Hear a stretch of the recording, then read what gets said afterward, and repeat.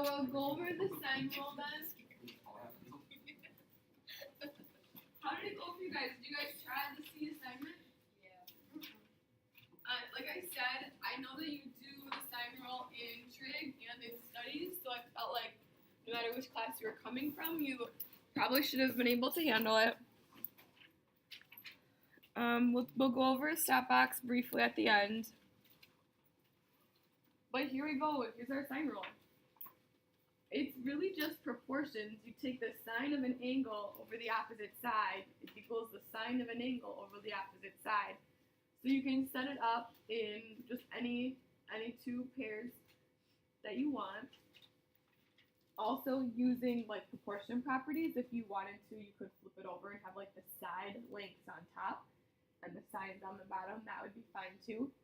Again, the really important part is that like the angle and the side opposite are what make the ratio.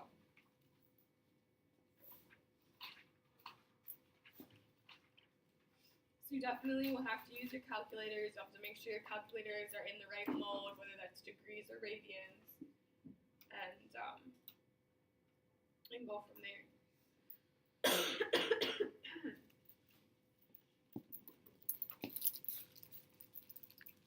So we can create proportions to find those side lengths. So let's just start with an example. So consider triangle SMH. Angle S is 55 degrees, angle M is 88 degrees, and side length M is 14 inches. Find side length S. So when in doubt, I definitely say sketch it out. So if you don't want to write that whole thing, I would just draw a picture. Your picture doesn't have to look perfect, just label it.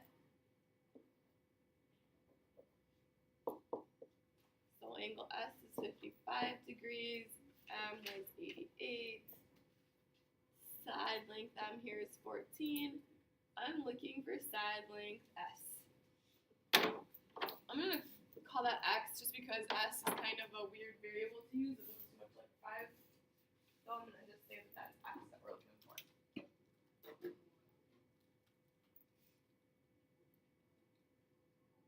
So then when you set up your proportion, you can really start anywhere. For some reason, I like to start with my unknown. So if I start with my unknown, I'm going to put X over the sine of 55.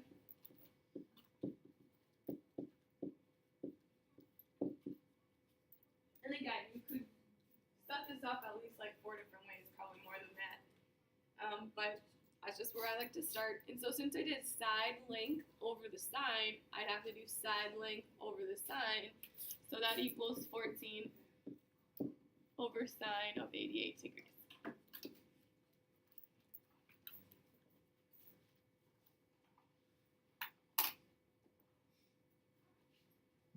Are there any concerns so far? So there's 2 different ways to do it. In this first problem, I'm going to use cross multiplication. In some future problems, I'm going to just use multiplication.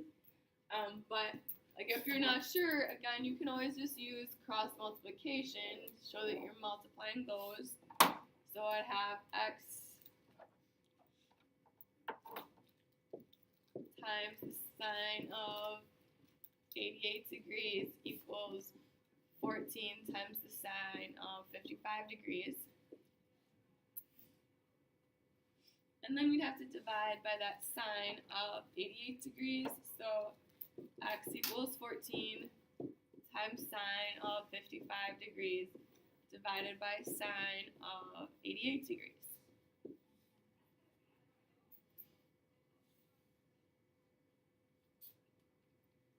Now you could have, like I said, you could just multiply right away if you want to, and I'll show that on a future example, but just bringing that cross multiplication in. And now you can just use your calculator to calculate that. So just making sure that you're inputting it into your calculator correctly. Like I said, you've got it in degrees. You're using parentheses where you need to, like you know how to do trig functions on your calculator. We end up with like 11.475 or so. So side length S is about 11.5 inches.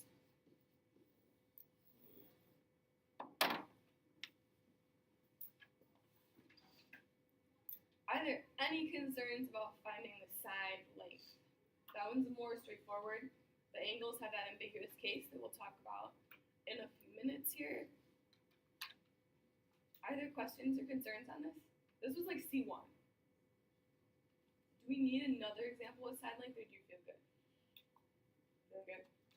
So then we can move on and talk about the angle measures. So we're not going to do example 2 then.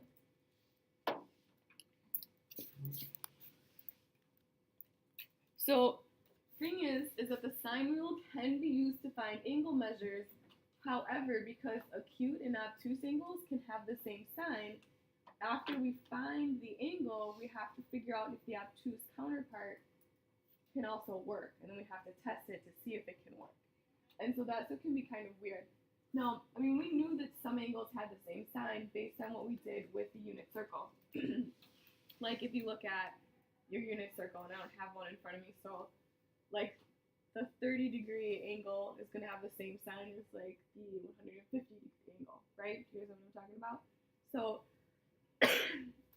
what happens is that when we use our calculator is going to give us the acute one. We'll have to find the obtuse one on our own, and then decide if the obtuse one makes sense, because sometimes it makes sense and sometimes it doesn't. So we'll do an example of each to take a look at that. So the first one is triangle MAP. So side length M is side length M is 6.72. Side length A is 11. The angle MAP is 48 degrees, and we'll find the measure of angle AMP. So again, if you don't want to write that all down, just go ahead and draw your triangle and label everything on there. So let's side length M here. Side length A, MAP here is 48, and I'm looking for angle M.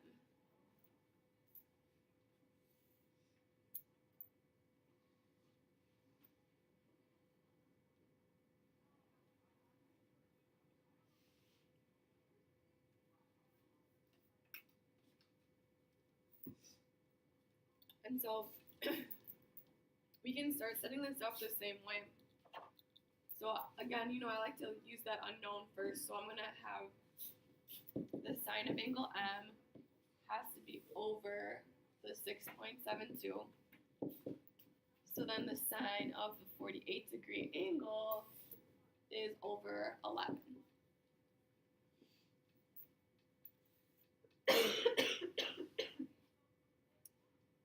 Are there any concerns about like that setup and like where things go to start? Just keep in mind, if your trig functions, if your sine is in the numerator, keep it in the numerator. If you have your side length in the numerator, keep that way, whichever way you decide to do it. And then you have those pieces that are opposite from each other in one ratio.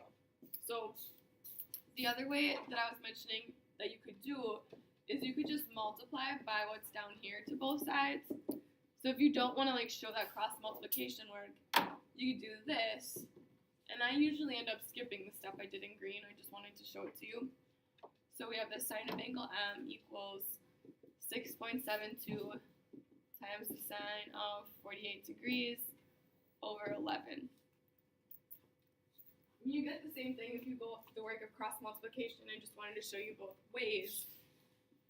So you should use your calculator to evaluate that. We won't be quite finished, but we can evaluate that. You don't want to round it too much. I ended up getting like 0.453993, like, and so on. Is that what you guys are getting? So keep in mind, that's what the sine equals. Sine equals that, so the measure of angle M, we have to use the inverse sine of that number.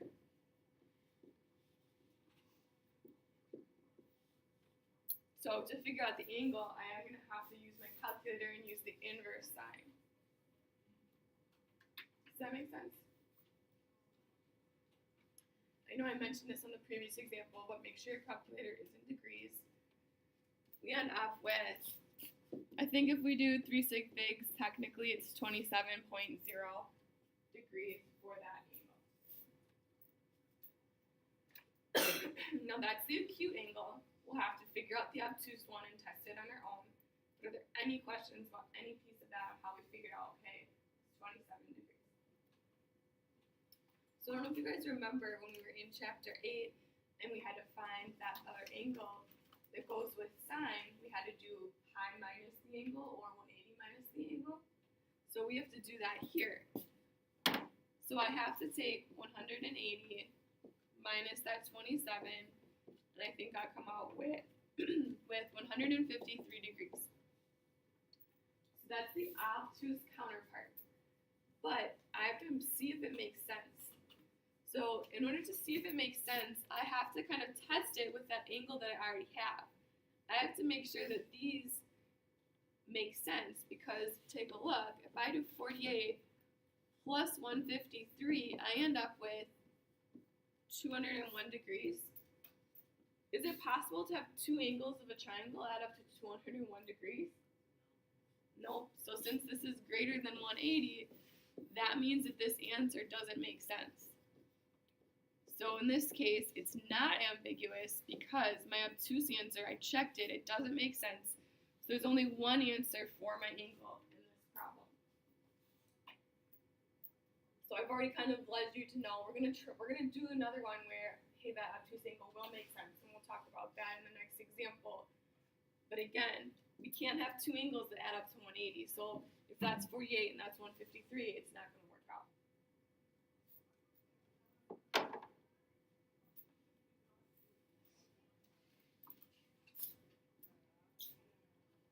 Are you ready for that last example? Please moments, so be writing down.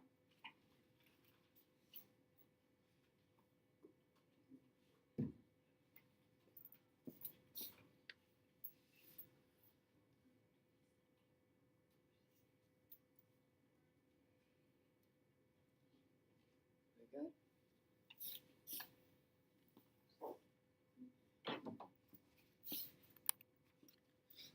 Right, so here we have triangle HIP. Side length P is 23 inches, side length H is 38.1 inches, and angle HPI is 37 degrees. We're finding that angle measure again. So let me see, how do I want to draw? I want to draw this in a special way for you guys. Give me a second here.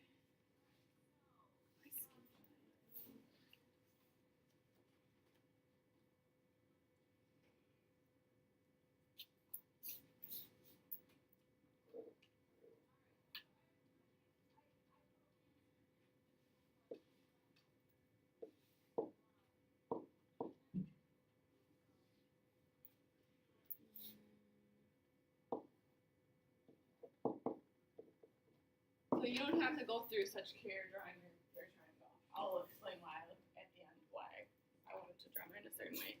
But I've got triangle HIP, angle P here is 37, side length P again is 23, side length H is 38.1. So I'm looking for how big this angle H is. So again, I'll set that up. Sine of H has to go over the 38.1, and then sine of 37 is over that 23.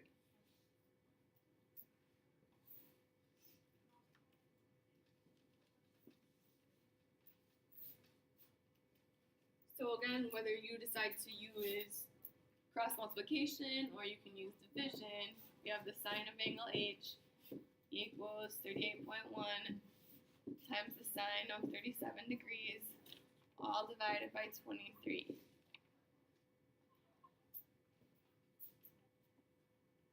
Now I know like it's tempting when you take notes to just like write everything down, but make sure you try to calculate things on your calculator to make sure that you're, you know how to use your calculator and you're getting those right answers. Once I calculate this, I get about 0.99691 and so on. So the measure of angle H, I'm going to have to do the inverse sine again of that number.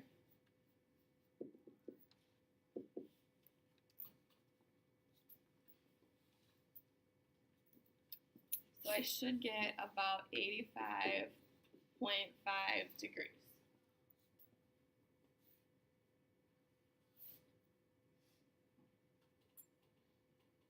Okay. Any questions on that? So to figure out my obtuse counterpart, I have to do 180 minus the 85.5, which gives me 94.5. Now if I test it, I have to test it with that 37-degree angle. So 37 plus 94.5 equals 131.5. Since that's less than 180, that means it's okay. It works. So we've got two potential answers. It could be 94.5 or it could be 85.5. And that's where it's ambiguous. Like, it's impossible at this point for us to tell, like, which is it. Is it the acute angle or is it the obtuse angle? And so what this would look like this picture is like, okay, if it's an acute angle. But if it's an obtuse angle, it would look, I'm not super great at drawing these, so give me a second here. Something like this, where this is locked in at 37, this is locked in at that 23, this is locked in at 38.1, but this angle could technically be obtuse. So there's like two potential like drawings for that of how that would look. And I know that's a little bit strange, but it's something that happens with the sine rule.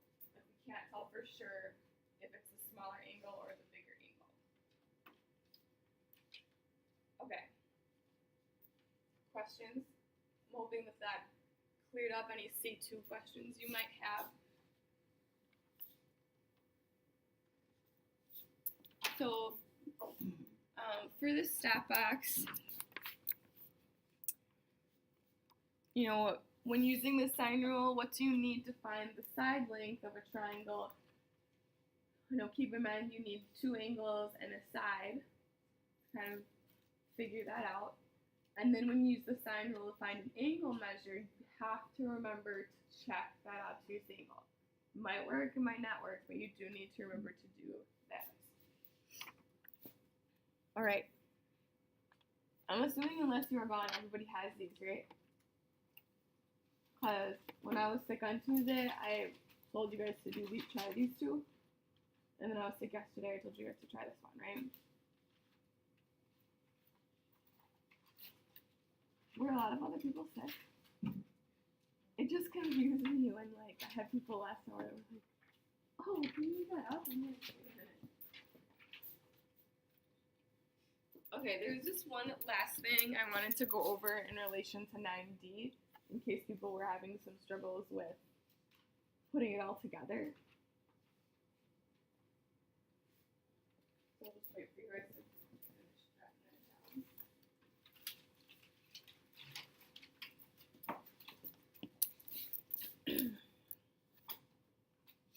So I put this in my sub notes to mention to you guys yesterday, but I don't know if that happened, but this is straight out of your book. I think it's on page 225, the same page where section D starts.